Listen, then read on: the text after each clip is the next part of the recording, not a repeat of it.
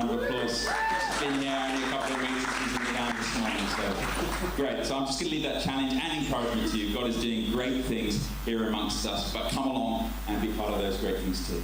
Why don't you want to say hello to one another around you, find out what team they're serving on, and then Phil will come bring the word.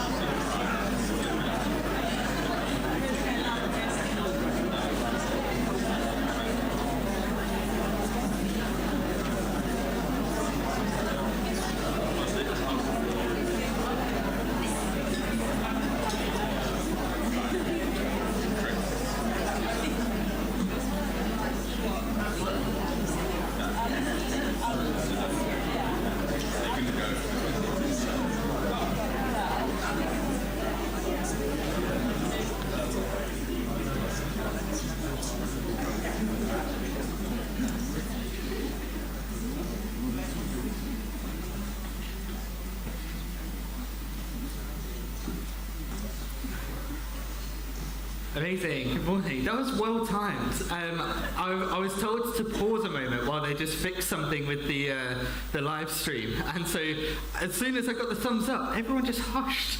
So at that moment, when I was I think I've said this before once when I was here, but when I was a kid, I used to love playing a game at weddings where you just go shh. Before the bride comes in and you see everyone panic, and they look around and they're like, what's going on? Is she here yet? Well, it's really great to be with you. So as Adam was saying, we have a congregation on the other side of the island in Shore Avenue, and it was really great being there this morning, and it felt really Christmassy. Those of you who know Angela, ask her about the bunting that she's made. It was amazing. There's a Christmas tree, there's bunting, there's everything. And if you're anything like me, I'm the kind of person who gets the Christmas carols out basically in September, sometimes even earlier. And so Chris is shaking his head at me. But that's the kind of person I am. So I love that I can now be public with my Christmas cheer, although I don't actually have a Christmas jumper anymore. So I appreciated Agape's Christmas jumper. We've been going through a whole series in the Gospel of Matthew so far, and we've been looking at the first 4 chapters of Matthew's account of Jesus' life. And for those of you who are not Christmas people in September, it might have been a little bit confusing when we started opening up the story of Jesus' birth. Way back then, you have this kind of disorientation of still kind of warm, and yet we're doing these readings. But the reason why is we want to take a look at who Jesus is through one of the eyewitness accounts of his life. And we've been going through the first 4 chapters, the first part of that story. And we're going to pause for a moment and hopefully come back to it at another point. But as we've been looking back over this time, it's good to see where this story's gone and what is our response to everything we have seen and heard about Jesus. If you were to make a film of the first 6 books of the Bible, from Genesis to Joshua, and you played it at fast speed, you might catch some significant moments. There's a man called Abraham who is promised a son. There's a man named Joseph who is the son of Jacob, who has dreams that lead him to Egypt. There's a wicked ruler who attempts to kill young children. Then the people leave Egypt and they go through water. Then they wander in the desert for 40 years, and eventually they're told to enter the land of Gentile nations, and many corrupt people are cast out. Then, once you finish the Old Testament, you go to the book of Matthew. If that was a film as well, play it at fast speed, what would you see? There's a promised son of Abraham, a man called Joseph, who's the son of Jacob, who has dreams that lead him to Egypt. There's a wicked ruler who attempts to kill young children. Jesus' family leave Egypt, and he goes through water. He wanders in the desert for 40 weeks, and eventually he enters an area of the promised land that's mixed with Gentiles, and the powers of darkness are cast out. Do you notice the similarities with what's going on here? I don't know whether you're a Star Wars fan, and I would love to know how you felt when you went to see Episode 7, The Force Awakens, in the cinema, and whether you were one of the many people who were angry after you saw it, and you thought you were cheated out of your cinema ticket, like considering the price of them. Why? Because it was essentially the same story as Episode 4, A New Hope. And I was sat there in the cinema going, I've seen this before. This is not new. And all the way, I was getting more and more frustrated. But the director, J.J. Abrams, said that that's exactly what he wanted. He wanted people to know that after such a long gap between the films, this was the same story, but it was entering a new chapter. Now, whatever you think about that for Star Wars, that is what Matthew is doing in his gospel as he recounts these stories. So as we wrap up these first 4 chapters, before we come back to Matthew at another time in the future, where is this story going? How do we respond to the arrival of the King? Well, let me pray for us, and then we'll read. Jesus, we thank you that you have come into this world to be King, and that you have invited us and called us to follow you. Would you remind us this morning that all of us are still students of your way, and so often we know that we have a long way to go and a lot left to learn. By your Spirit, would you speak to us this morning and help us to understand what it means for us to bring hope and share truth in, around, and beyond Portsmouth? And would you continue to lift our eyes to what it means for your kingdom to be here and for us to be a part of it. Amen. So this is Matthew chapter 4, starting at verse 18, and then we'll dip into the first 2 verses of chapter 5. Matthew 4:18. As he was walking along the Sea of Galilee, Jesus saw 2 brothers, Simon, who is called Peter, and his brother Andrew. They were casting a net into the sea, for they were fishermen. "Follow me," he told them, "and I will make you fish for people." Immediately they left their nets and followed him. Going on from there, he saw 2 other brothers, James the son of Zebedee and his brother John. And they were in a boat with Zebedee their father, preparing their nets, and he called them. Immediately they left the boat and their father and followed him. Now Jesus began to go all over Galilee, teaching in their synagogues, preaching the good news of the kingdom, and healing every disease and sickness among the people. Then the news about him spread throughout Syria. So they brought to him all those who were afflicted, those in suffering from various diseases and intense pains, the demon-possessed, the epileptics, the paralytics, and he healed them. Large crowds followed him from Galilee, the Decapolis, Jerusalem, Judea, and beyond the Jordan. When he saw the crowds, he went up on a mountain, and after he sat down, his disciples came to him. Then he began to teach them. As a church, we have had lots of prophetic images about fishing, about 2 boats either side of the island with a net between them, catching fish as they go down the city. And that's like our congregations on either side of the island now. Or having multiple fishing stalls in different areas, in, around, and beyond Portsmouth, catching and selling different kinds of fish. And we've seen a bit of that as we've been a multiplying church. And the imagery of catching fish obviously comes from this passage as a way to describe bringing hope and sharing truth. And it's important that we see why Jesus chose this image and what it was going on at this time. If you go to Galilee today, they will probably show you a boat that's like one of the ones that Peter and Andrew or the Zebedee family used. In a remarkable archaeological find, there was a boat that was found once, one summer, sticking out of the mud in a remarkably dry period of weather. And it was carefully lifted out of the mud and cleaned and preserved. If you've been to the Mary Rose Museum, you would have seen some of the stuff that they had to do to take the Mary Rose out of the Solent and preserve it. And they did that with this little boat in the Sea of Galilee. Now visitors who can go to a special exhibit to see the kind of boat that Jesus' first followers would have used for fishing. It's been carbon dated to exactly the period of life of Jesus. And this boat is a vivid reminder of the day-to-day experience of James and John, of Simon and Andrew, and what it cost them to give it all up.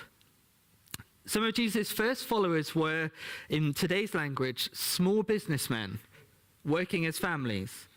They weren't working for a big profit.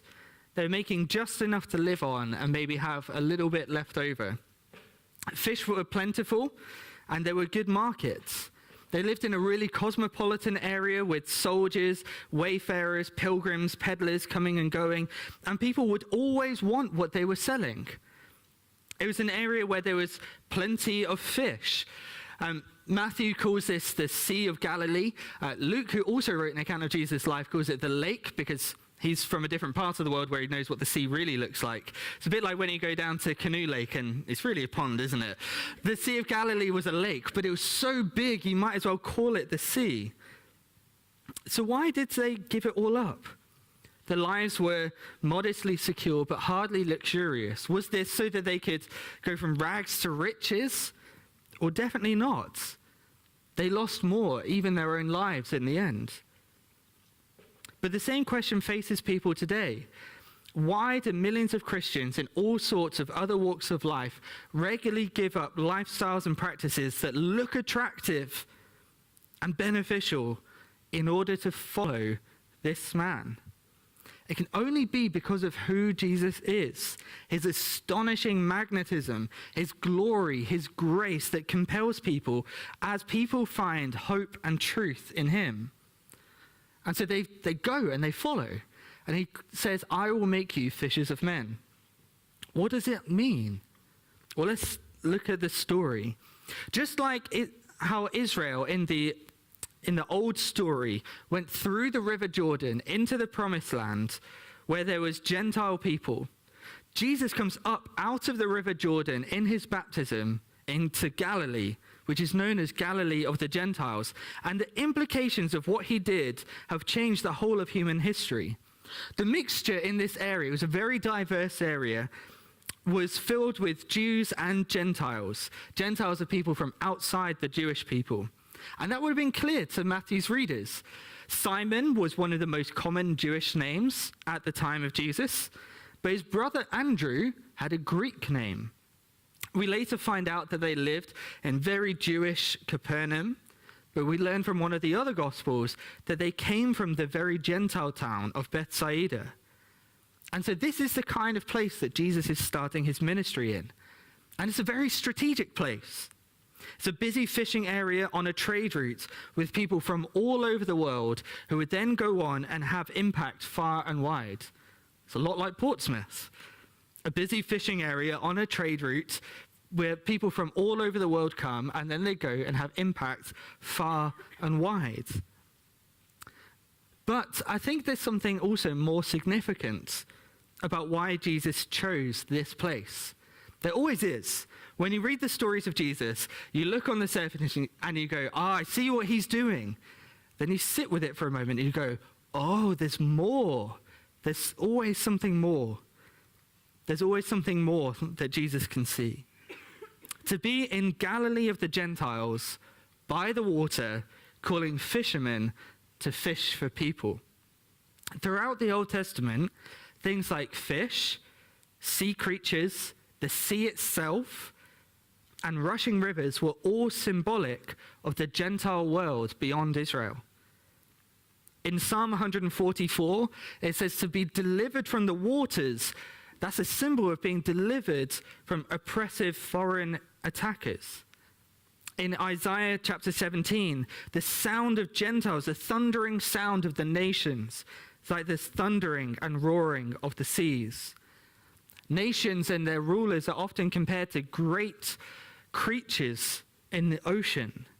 And even in the New Testament, in the book of Revelation, it compares the sound of peoples and multitudes and nations and languages to the sound of rushing waters. And so this is all in the background when Jesus goes to Galilee of the Gentiles by the water, calling fishermen to fish for people. And all of that is in the background. And so far, Jesus' life is following that old story of Israel. But here we see a difference. Rather than going into the land and casting out the corrupt kingdoms who were oppressing the people, this time they're bringing the people in from every corner of the world. They're coming home. It says from verse 23, "Now Jesus began to go all over Galilee, teaching in their synagogues, preaching the good news of the kingdom, and healing every disease and sickness from among the people. Then the news about him spread throughout Syria. So then they brought to him all those who were afflicted, those suffering from various diseases and intense pains, the demon-possessed, the epileptics, the paralytics, and he healed them. And get this, large crowds followed him from Galilee, the Decapolis, Jerusalem, Judea, and beyond the Jordan." Right from the start, this is before he's launched his big Sermon on the Mount, public speech that everyone knows about. Right from the very start, the word was going out, and it spread and spread and spread. There was something about him that drew people to him. And we see that in miniature with the stories of Peter and Andrew, James and John. You see, John's own writing, John's gospel, makes it clear that this wasn't the first time they'd heard of Jesus or met Jesus. They were part of John the Baptist's ministry, and John the Baptist was always talking about Jesus. And then there are encounters where they meet Jesus. But this was the first time they were called to go follow him. One of my friends is friends with the singer Michael Kiwanuka. I don't know how many, maybe some of you know who that is. If you don't, look up Michael Kiwanuka, you'll thank me later. But it's one thing to know someone, hang out with them, and be a fan of their music. It's a totally different thing to be invited to go on tour with him, to leave your job behind like Simon and Andrew, to leave your family behind like James and John. Why would someone do that? To go from just being a fan to being a follower. It would have to be because of the magnetism of that person is so strong. You just have to orient your entire life around being near them. There's something about them that means it's worth it to go, to leave everything to be with them.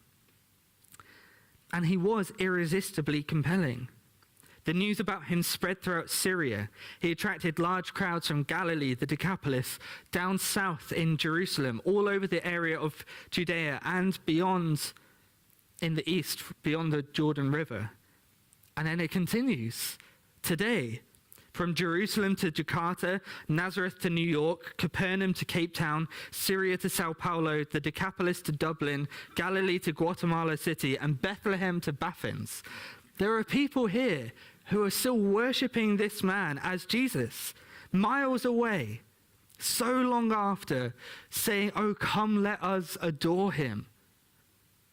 Saying, "Come to him." That's what we were singing as we were taking communion. You can come to him. Just as the people came from all over to him, there are still people today, even if as far away as Portsmouth, coming to him because he's wonderful. A few years ago, I met a student who picked up a copy of one of the accounts of Jesus' life, Mark's Gospel, at an event that was run by the Christian Union at their university. And he decided to go find a hill on the campus and read it from start to finish. And he read it until sunset. There was an event that evening, and he came later filled with questions because he found Jesus so fascinating. So there was a talk at this event, and then afterwards we're having conversation on our tables. He had more questions, but not many moments later, he was teaching us the stories of Jesus because they captured his imagination. And then later he said, I want to start following him. So we prayed with him then and there. And then a few days later, we sat in a coffee shop and we talked about what Jesus said about the very real cost of following him. And he said, I know that my parents are going to find this decision hard, but I just have to. I have to follow him. He's worth it. And he was baptized at a church on Easter Sunday, not many months after that. But I've also known many people who've given up things or risked being rejected or worse for following Jesus. And they've said, I have to be near him no matter what it costs. There are many in our church. That's probably many of your stories as well. Once you see him, once you know him, you have to be near him, whatever the cost. Can you understand what attracted people to Jesus? Do you think you would have been in those crowds who were drawn to him? Well, I think this image of when he calls us to be fishers of people, it's a really helpful image for what we're trying to do, to bring hope and share truth so that others can be attracted to him as well. There's a lot about learning to fish that these disciples probably would have found useful as they went to follow him. So here's a few tips. Firstly, when you're fishing, you have to fish where the fish are feeding. A few years ago, I was on a stag do in Devon, and one evening we decided, or one afternoon, that we'd buy some fishing rods and gear and we'd go fishing for our dinner. So we climbed down these huge rocks that were slippery, and we were there for ages, catching nothing. And then the reel on the rod broke, and the sun was setting, and we suddenly realized it's going to get very dark soon, and there's a lot of really slippy rocks and a long way to go. Out of curiosity, though, I decided to try something in the last moment. I wrapped the line around my finger rather than the reel, and climbed down to a rock lower down, and I just dipped the rod in to see what would happen. You wouldn't believe it.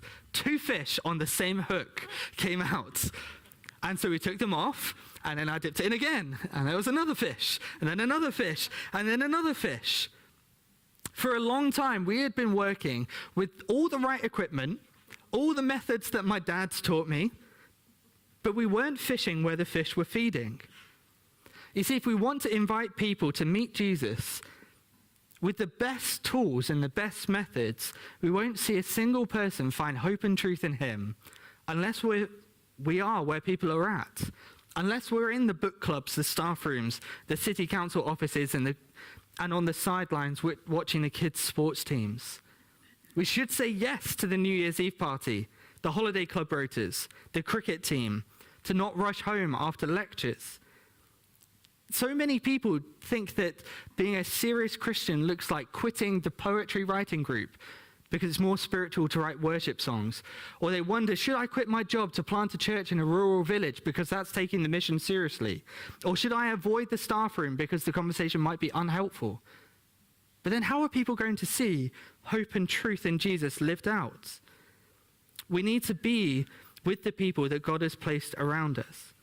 Secondly, fishing is a family business.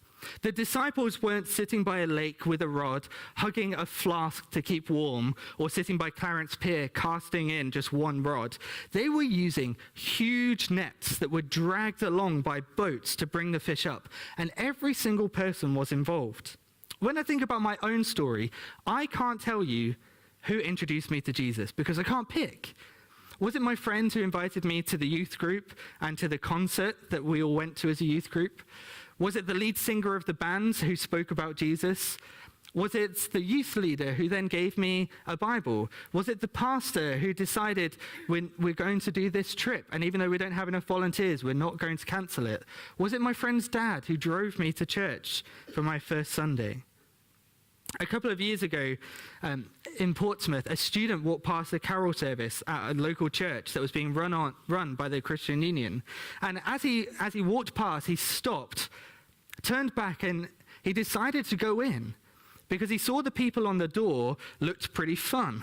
So he went in and he enjoyed it so much and found the talk interesting that he went to that church again in January. And a few months later, he decided to become a Christian. Who led him to Jesus? The people on the door, the person giving the talk, or the whole church who became his friends when he decided to join? It was everyone. You see, it's sad if, as a Christian, I have no friends who are not Christians. But it's also a tragedy if someone who's not a Christian only knows one Christian. Because Jesus said, they will know that you are my disciples by your love for each other. You can't do that on your own. And events like our wreath making yesterday or our quiz that's coming up are an opportunity to merge our friendship groups with one another. And fishing is a slow process.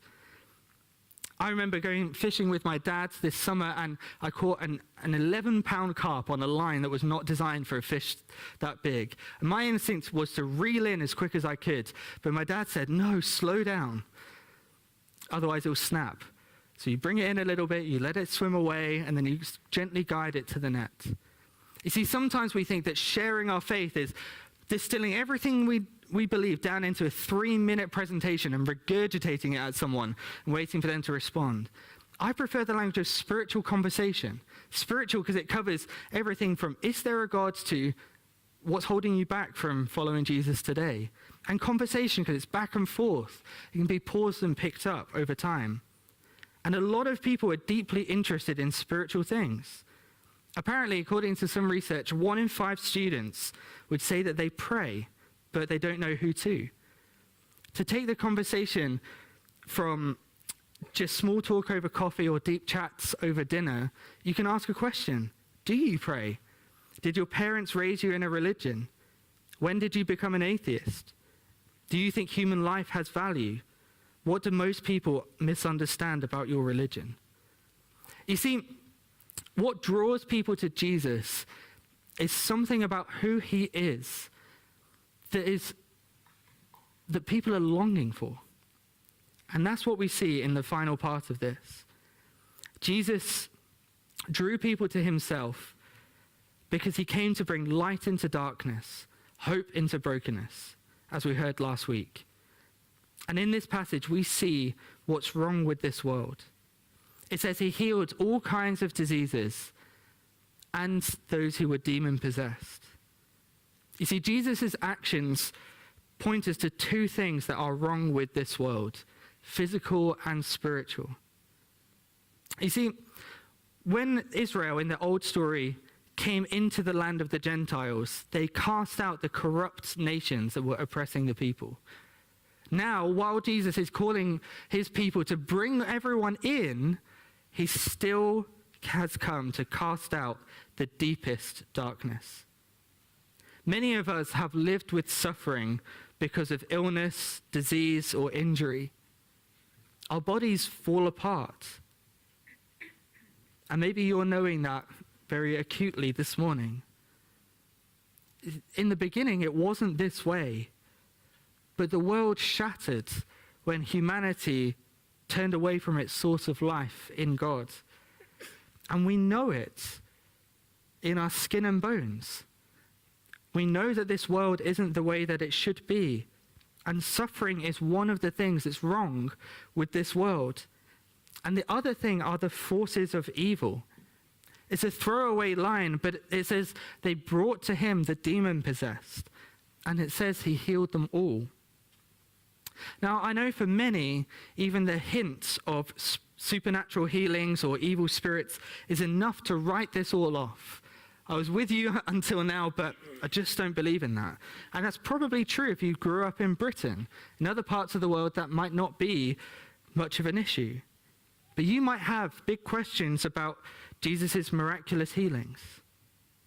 But let me ask this. If we say that the story that there is a God who made this world perfect and that it's been broken, if we say that that story is untrue, what reason do we have left to say that suffering is unnatural and wrong? We might rule out miracles, but we might be left with nothing more to say than this is just the way the world is.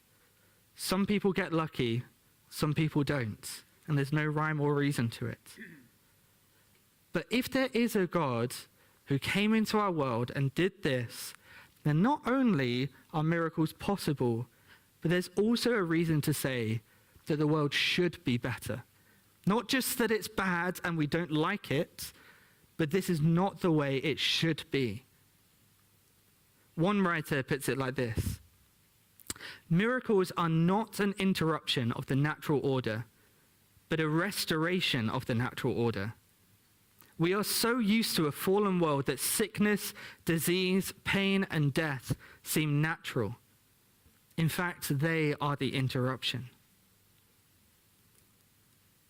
Again, the idea of spiritual beings that have rejected God, which we'll call demons, might seem strange to us, particularly in the more secular West, if you've grown up in Britain. But let me say this: if you don't believe in some kind of spiritual evil that influences our world, then you have to believe what former US President John F. Kennedy once said: our problems are man-made, therefore they may be solved by man. But think about that. You have to believe, you have to say that all of the most atrocious things in our world are down to human beings alone. We alone are capable of all the worst things you've seen, all the worst stories you hear on the news.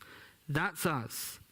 Then at the same time, you have to say that we are our only hope. The same humanity that does those things is our hope. The same human beings who do unspeakable things. But if you say that there is an evil that's deeper than humanity, outside of humanity, that has caused havoc in our world, then we are allowed to hope for a rescue that comes from outside of our world into our world to rescue it. And that, of course, is exactly who Jesus is. The creator from outside our world come in to set everything right. The other week, I was on a university campus and I was talking to some students about their questions about Christianity. And so many had different ideas about what's wrong with our world. And so many of those ideas were very different to each other, but no one could deny this world isn't the way it should be. One person said, my problem with Christianity is if there is a God, surely he would come down to sort all of this out. And I said, what should he sort out? And I think that's a really important question to take that seriously, because some people might say, well, if he has come down, why is the world still the way it is? So what should he sort out? And eventually he said, well, I think he could come and sort out all the wars and lots of the diseases, but then there'd be more, wouldn't there? He has to deal with the root of all of it. So I said, that's exactly what we believe happened. You see, Jesus only healed a few people. When it says he healed every disease, it doesn't mean every incidence of disease, but every kind. For every disease he healed, countless more suffered. Those he healed would go on to suffer from other things too. And he was adamant that these healings were a signpost to a life to come that would be beyond suffering, beyond death.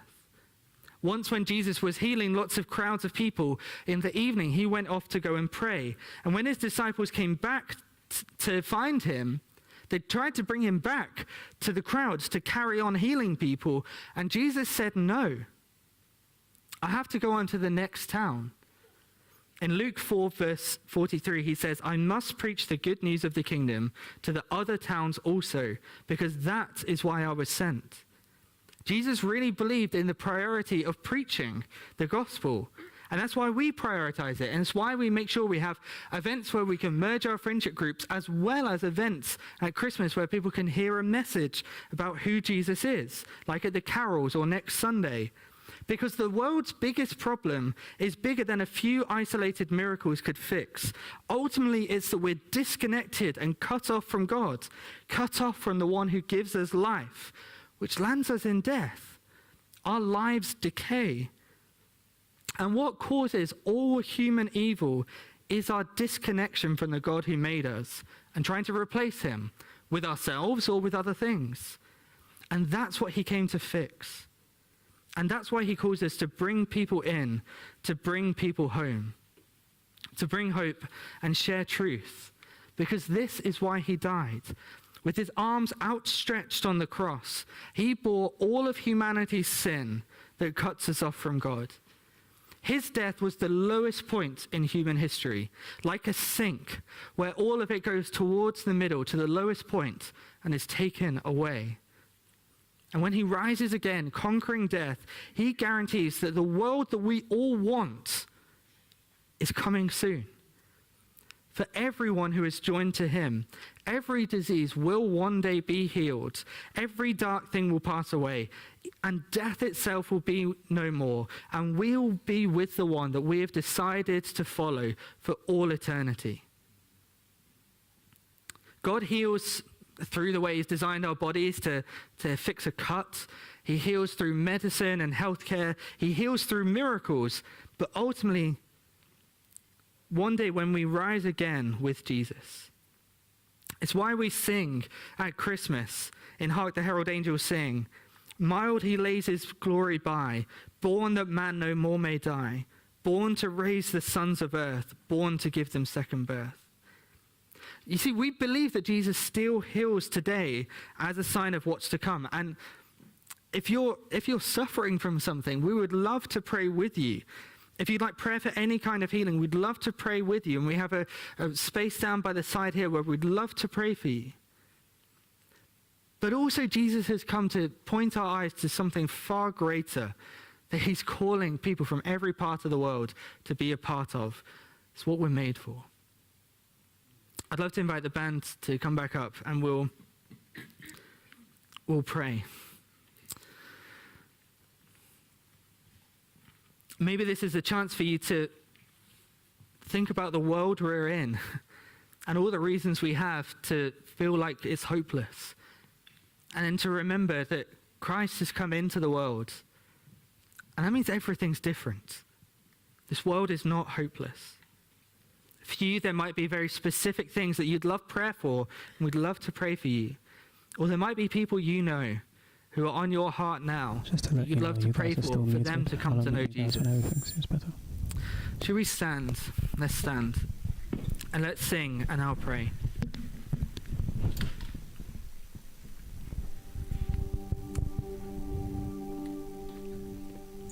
I'll not meet you guys now.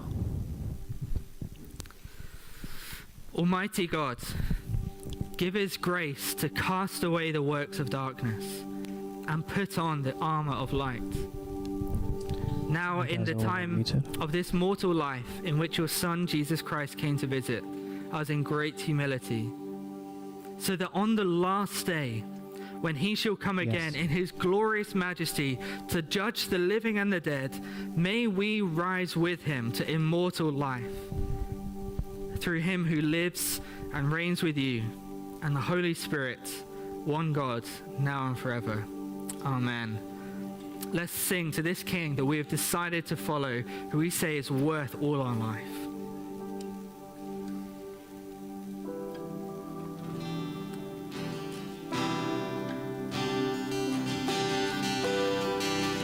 Sing Christ is my reward and my devotion. Christ is my reward, all of my devotion.